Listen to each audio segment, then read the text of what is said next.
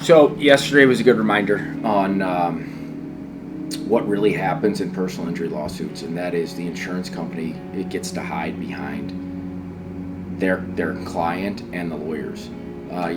This week we found out after 5.5 years of this case that there was actually 1 week before trial, we found out there was actually $1 million more of insurance that somehow the insurance company who issued that insurance, who's involved in this case, had no idea existed.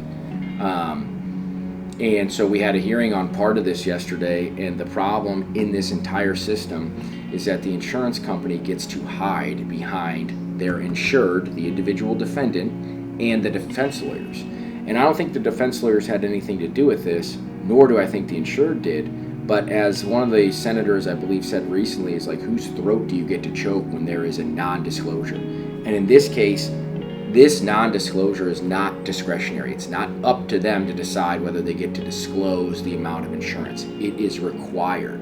It is absolutely required to be answered under oath by the Missouri Supreme Court rules. They're not discretionary. They're not to be picked which one you want to comply with or not.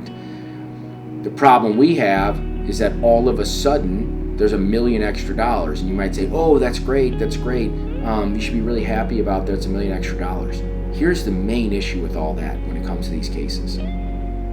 We found it out because we didn't take their offer that they told us was all the money they possibly had available. The only reason we found out is because we refused that offer. Had we taken that offer, we would have never known about this other insurance. It would have been like, what's the thing you say? If a tree falls in the woods, does anybody hear it? If nobody witnesses it? Well, if we had never witnessed the extra policy or pushed for more, we would have never heard about it. So the problem with all of that is when you take that in front of the court and you say, "Hey, judge, they didn't do what they were supposed to do, that they were promised to do."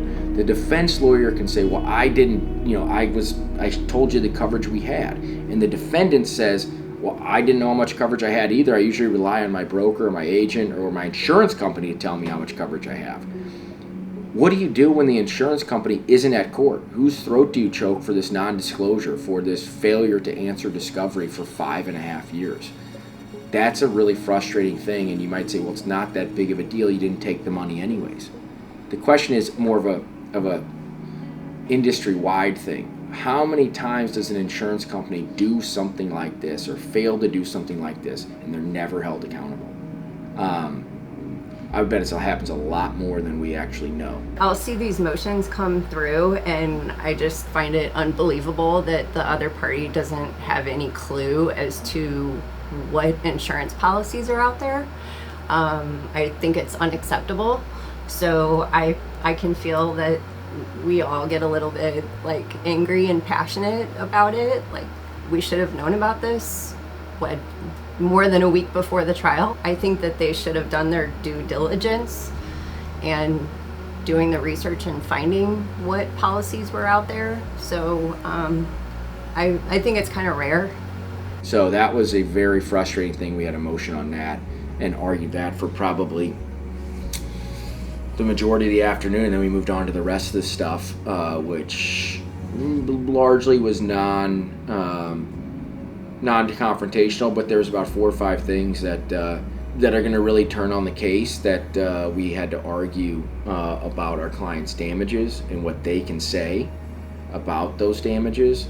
And one of the things that really kind of bothered me was they made a motion that our client and we as her lawyers cannot talk about certain aspects of a relationship with one of her kids. One of her kids has some special needs, and the defense said they don't want that being brought up. That relationship has to be whatever normal is, and we can't bring up the unique aspects of that relationship. They want to whitewash that relationship and make it normal, whatever their version of normal is. And that kind of really bothered me, because what really is at issue here are these relationships that have been affected between a mother and a daughter, a mother and another daughter, a mother and a son. And for them to say, well, only one of those relationships is normal, the other one is not normal, so you can't really talk about the unique aspects of it, is kind of ridiculous. But that happens all the time. That type of stuff happens all the time. They want to control your language. They want to control what you say, how you say it, and how you present it. And it is trying to corporatize somebody's losses, what has been taken from somebody. They take something and then they want to define what they took.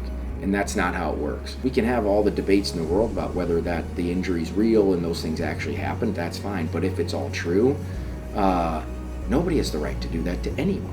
No government, no person, no corporation can come in and totally change your life. Even a little bit to change your life can thrust an unnatural change upon you. It's not right. And that's a lot of what we were arguing about yesterday is in front of the judge is how are we going to be able to present that evidence. And almost every single one of their motions were constrictive motions, right? Control what I say, what we say, what we do. They want to control our actions in the courtroom. And part of that is because if they can control us, they can predict an outcome.